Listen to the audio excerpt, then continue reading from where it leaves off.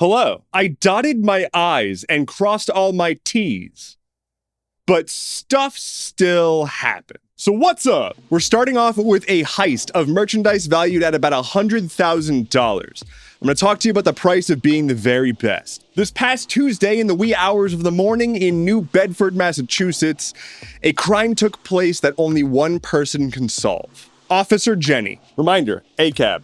Even if they can get it. So yeah, there's a shop called First Edition Collectibles, and they were robbed of about $100,000 worth of extremely rare Pokemon cards. Now, while this shop does trade in rare cards, they don't advertise the price. So whoever broke into this shop knew what they were going for. They pulled stuff off the shelves that were the most valuable. Again, like we're talking about 100 grand for like some Pokemon cards. That level of like a collectible item. And this is kind of sad. Here's a quote from one of the owners of the shop. Quote, "We're literally just three guys. This is our passion.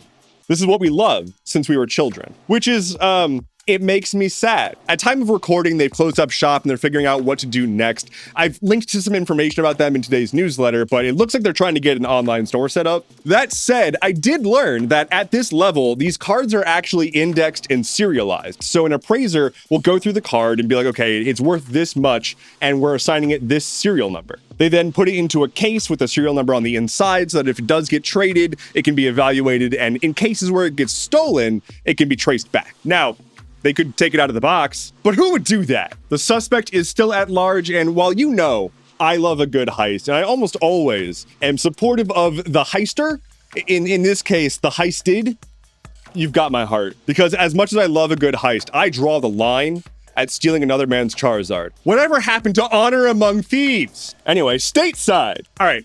Epstein list. Let's get this out of the way. I'm not going to spend a lot of time on it. The MAGA world is in essentially complete meltdown right now because the Trump administration came out and strongly stated, there are no Epstein files, stop asking us. This comes after Trump basically used release the Epstein files as one of his core tenets of his campaign, and his own cabinet was like, we have the files.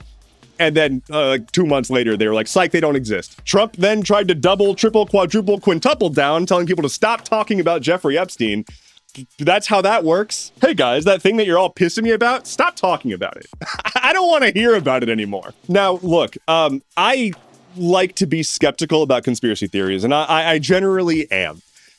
The Jeffrey Epstein thing, there's a lot of funk here. Regardless of anything, they came out and they were like, well, there's no further evidence about his whole death situation, and also we're not going after anybody else with regards to the whole child trafficking thing, which is wild. Like, so then just nothing? It's not like it's a question of whether or not something bad occurred on Epstein's island. We know that there was serial abuse of children, but no one was the abuser. So obviously this is bullshit, and people are coming out with their own theories, and especially within the MAGA world, there's a bit of a rift of people landing on the side of, I didn't really care about it anyway, versus Trump is complicit, this makes it obvious. Now, again, I might dive into this later on. There's people are threatening to quit the administration. It's a mess right now. So instead of trying to focus on this, I'm just gonna say this is a dumpster fire, and it's gonna be a dumpster fire, and we'll keep watch on it. But let's look at some other stuff. I've got a sign of the times. It's a very clever intro to this story. You'll see, and you're gonna be impressed. Back in May, the Secretary of the Interior sent out a memo to the National Park Service saying, hey y'all, it's time to fuck up everything. That's not exactly what it said. It would have been better if it just said that. So here's what's up. Trump signed an executive order earlier in his presidency titled Restoring Truth and Sanity to American History, which is a very normal thing to do, and very truthful, very sane. So to carry out this executive order, the Secretary of Interior is saying, hey, we're going to comb through all of the signs with historic information from all of the national parks and ensure that none of them have any wording that we don't like. Here's an actual quote from the memo. I want you to listen to this and just see how quickly they flip their own words upside down. Orders are to, quote, determine whether, since January 1st, 2020, public monuments, memorials, statues, markers, or similar properties within the department's jurisdiction have been removed or changed to perpetuate a false reconstruction of American history, inappropriately minimize the value of certain historic events or figures, or include any other improper partisan ideology. I love it when my country's administration tells me what ideologies are improper. Because right after that, they say they're going to, quote, take action to ensure that all public monuments, memorials, statues, markers, and properties do not contain descriptions, depictions, or other content that inappropriately disparage Americans, past or living.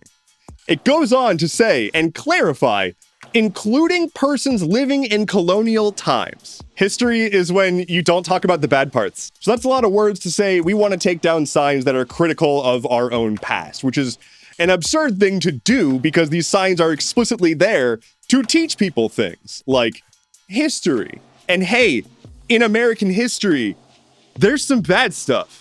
I don't know if we've talked about this before, but I guess history and discussing history is too woke for signs discussing history at historic landmarks. Can't have that. While the Parks Department is asking park goers to take pictures of signs that they should remove, there's an organization that's come together called Save Our Signs that is asking people to do the opposite. Take pictures of the signs that are there now so they can be archived. This way, after the Trump administration and all of his cronies are found guilty of crimes against humanity, we can put our signs back. Yay. Let's talk about click to cancel, but don't click to cancel listening to me. I did good. Oh, that reminds me. Speaking of I did good with that first headline, right? Yeah, I did. Okay, click to cancel. So there was an effort that was going on in the US for years, starting back in like 2019, to enact a new rule that basically said that if you signed up for a subscription, it should be as easy to cancel as it was to sign up. This is to help push back on the situation where you sign up for a service online with a couple of clicks, but then when you go to cancel the subscription, they're like, yeah, you're gonna wanna call Jerry. Jerry's only awake for 2.5 minutes every other Sunday on leap years. Now, this rule was going through the FTC and it got made, and it was about to go into effect, like July 15th. And then it's gone now. Boop, evaporated, because a judge has vacated the rule. Let's talk about what happened. So back in 2019, the FTC was like, hey, we want to do this thing. And so they started signaling they're going to make a click to cancel rule. Over the next few years, they were working on that process of trying to push through a click to cancel rule. They had an open hearing for comments and they got over 16,000 comments, which is a lot. So then come fall 2024, they passed the rule and it has a pending implementation date in 2025. Under this rule, companies would have to make it as easy to unsubscribe as it is to subscribe, and they would also have to collect positive affirmative consent to actually move from a trial to a subscription. We love consent here, but companies don't. And so they formed a coalition and they pushed back and they filed a complaint against the FTC saying that the FTC's rule would have an impact on the market greater than a value of $100 million. So according to the FTC Act, if a rule implemented by the FTC would impact the economy over $100 million, they have to do like an investigative report into that impact. And the FTC did not do that. And so the companies that were suing the FTC said they didn't do that. So this entire thing is null and void, to which the judge agreed. So a bunch of companies came together and said, hey, judge, it would cost way too much money if we were to not be predatory towards our customers. And the judge was like, that's a shitty argument, but you're technically correct. Like the judge said in the ruling, like, obviously we don't want them to do shitty things to customers, but the rule was broken and the FTC didn't follow protocol and they have a point. Now, this is a spirit versus letter of the law kind of thing, and I really feel like maybe our government should do more to protect consumers, but this is the same government that also voted to stop the Consumer Financial Protection Bureau from limiting overdraft fees. So like, I don't know, maybe next they can have a ruling that we all punch ourselves in the nuts 8 times a day. Last thing for Stateside, there was a massive ICE raid at a farm in Southern California, which the federal government is referring to as a, quote, marijuana facility. This is because our leaders are, and this is true, massive squares. So the agents roll up on this farm and start arresting hundreds of farm workers working the farm. Thankfully, protesters with an actual soul showed up and got in ICE's face, did everything they could to fuck with the operation. The FBI is actually seeking information on one person who they claim shot a gun at the ICE agents. But I asked around and I didn't see anything, and no one that I've asked saw anything. I don't think, did you see anything? So this comes on the heels of several attacks on ICE agents and ICE facilities. And for a source, I'm actually going to use the White House's own website. Now they've linked to external sources, but I want to read to you words directly off of whitehouse.gov. The first event was, quote, on July 4th, 11 leftist criminals ambushed officers at an ICE facility in Texas. Oh no, they put graffiti on the vehicles and they called the ICE agents pigs. On July 4th, deranged rioters viciously assaulted federal agents at an ICE facility in Portland, Oregon. And then on July 7th, a man unleashed a barrage of gunfire at a Border Patrol facility in Texas. So, according to the White House, our country is under attack by leftist criminals, deranged rioters, and a man. Elsewhere, wouldn't you know it, Israel's doing the thing again where they're coming up with a new reason to bomb Iran. You know, Israel, they were bombing Iran, and then the US got involved and dropped even more bombs. And then we were like, cool, we destroyed their nuclear program entirely. And then other US officials were like, no, we didn't. We didn't do that. And then the White House was like, yes, we did. Don't correct us. But now Israel is also saying, hey, maybe the nuclear program wasn't thoroughly destroyed, and we believe that Iran might be able to get to any uranium that was still in those facilities that were bombed. Now, Israel said that they don't have evidence that Iran is doing this. They just said, we think that they might be able to retrieve uranium, and if we think that they're going to do that, we won't hesitate to bomb them again. Whether or not their claim is true, we don't know. Some people who actually designed the bomb, the bunker buster bomb that was supposed to blow it all up, they said that they don't have any evidence yet that it actually destroyed and went as far down as they were hoping it was going to. They just know that it hit. But that's not, the White House says, stop asking, it's destroyed. Next question. Meanwhile, Russia is viciously ramping up their attacks on Ukraine, specifically the capital city of Kyiv. They've been launching heavy drone and missile strikes at the region, and it's right around the time that Zelensky was heading to talk to EU leaders about plans to rebuild post-war Ukraine. So Zelensky's claim is that Putin is ramping up attacks right now to make that prospect of post-war reconstruction less palatable for possible investors. Regardless of if that is or is not the case, the US is also going to be resuming shipments of supplies to Ukraine after previously wanting to stop that, but Trump is mad at Putin again, and whether or not Ukraine gets military supplies is basically based on what Trump is feeling like that day. But regardless of all of that, we got another perfect just Russia headline, because the transport minister from Russia was found dead from a gunshot wound hours after having been dismissed from the government. Technology! YouTube is a bit confused about what they want to do with AI, but let's talk about what is changing. So YouTube has been pushing a lot of AI tools recently. As somebody who publishes videos on YouTube, I am constantly inundated with pop-ups and ads from YouTube being like, use our AI tools, don't you want to be creative? Like, bitch! I'm pretty creative already. So I don't use that, but there's a lot of people who do. And then there are also accounts that use AI tools to just automate the generation of slop content for the purposes of just getting clicks and views to extract money from YouTube's monetization system. But recently, YouTube has updated their policy and has quote unquote clarified that the monetization will only be available for actual original content. Now, a lot of places are calling this a ban on AI on YouTube. That is not the case, not even kind of. They're not even actually removing anything from the platform, they're just demonetizing slop. They're also still going to allow original content that uses AI in some way. It's a bit fuzzy, the line there, but it does seem like they're trying to move towards more actual high-quality original programming. Like me! I'm quality and original. Hey, let's talk about Mecha Hitler. So Elon Musk's AI Grok, it recently became Mecha Hitler. The AI is baked into Twitter, and recently Elon's been beefing with it because it's been saying things that Elon doesn't agree with, like Jews don't control the world. And so Elon has gone out of his way to try to, quote, fix it. And after a recent fix, it just started spewing out bile. Anti-Semitic, anti-Black, just complete hatred towards all minorities. It called itself Mecha Hitler. It talked about how Jews control the media, all that stuff. It started to cite the Heritage Foundation for everything. And then an even more recent update to Grok showed that it is reaching out and looking for Elon Musk's tweets to get his thoughts on a subject when you ask it a question. How many more things is it going to take for us to just be like, yeah, the man's a Nazi? Anyway, they had to take Grok down, and they've since issued an apology, but the CEO of Twitter, who, reminder, was not Elon Musk, recently stepped down as well. Gaming! It's been a few weeks since the Switch 2 came out, and it's the best-selling console ever. In the first 4 days, it sold 3.5 million units. So for everyone who was saying don't buy a Switch 2, I'm sorry to tell you that unfortunately the prospect of a Switch, but a little bit more, and it plays all the games you had,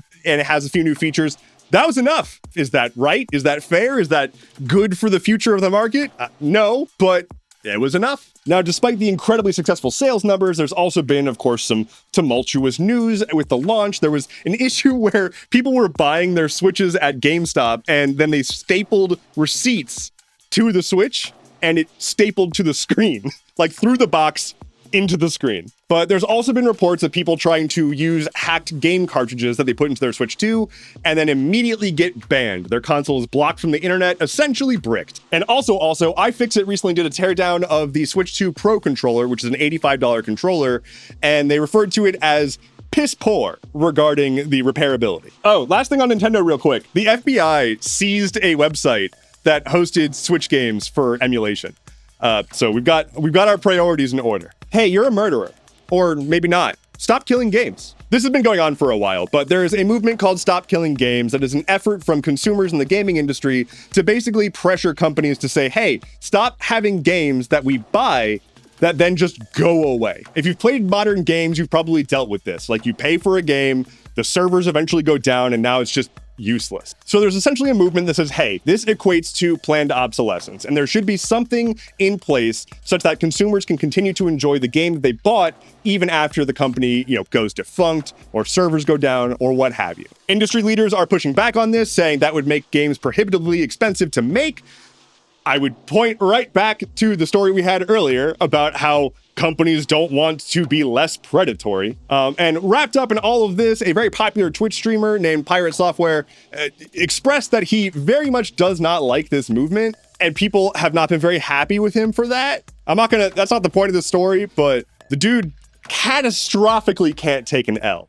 If you want to learn more, you can head to stopkillinggames.com. They've also recently passed 1 million signatures to get a debate on the floor of the EU Commission. So might go somewhere, but this is not the first time that they hit a roadblock after some success. We'll see. Last thing for gaming, a strike for video game actors has finally come to an end as SAG-AFTRA members have voted to accept a new contract. So there's been an ongoing strike among video game actors, and one of the sticking points has been AI, and specifically how to treat the data recorded from a motion capture performance. So studios wanted to say that motion capture performances are just data and not a performance, and therefore they can use AI to recreate that data, which would effectively create AI-generated performances that were otherwise done by an actual actor. Actors did not like this characterization, and they were like, no, can't do that. Ultimately, the contract includes a bunch of bonuses for the actors as well as guarantees around that, so they can't just take the recording and do whatever. They have to get actual explicit permission. Also, the actors are allowed to revoke their permission if there's another strike, so they can't fuck with the actors too much or try to toe the line there. So that's good. Stop stealing people's artistic performances. Just sort of like at large. Hey, I have new merch. It's up right now at merchfrom.dev. You can get yourself the Stuff Keeps Happening embroidered tee pictured here. And if you are listening to me, just imagine, if you will, the most beautiful shirt you've ever seen. It's a pretty good shirt. You should get it. That's my review. Lightning round. The music of K-pop Demon Hunters has topped the charts in the US and the charts in my heart. Here's the weather. France is criminally investigating Twitter over claims that the algorithm was messed with for, quote, foreign interference. The US Justice Department is dropping charges against a doctor who famously destroyed vaccines and falsified vaccination records early into COVID. Cool. YouTube is removing its trending tab. Now, none of us will know what is on the tab that none of us use. As of now, you can officially keep your shoes on when going through security in the US, as the TSA has said you no longer need to let the dogs out. Walmart is recalling nearly 1 million units of a 64-ounce stainless steel water bottle as its lid is launching off and has already caused permanent vision loss in 2 customers. Don't point your water bottles at your eyeballs. And finally for today, the Pope was gifted a Pokemon card and is apparently cherishing it. And hopefully it's not the one that was stolen from earlier. I don't think the timeline works up on that. Maybe the Pope stole it. Oh shit. Someone call Officer Jenny. That is all I have for you today. Thank you so much for watching. Let me know in the comments below what Pokemon you are going to steal to maximize profit. My name is Endeavorance. Thank you so much for being here. Take care and be well.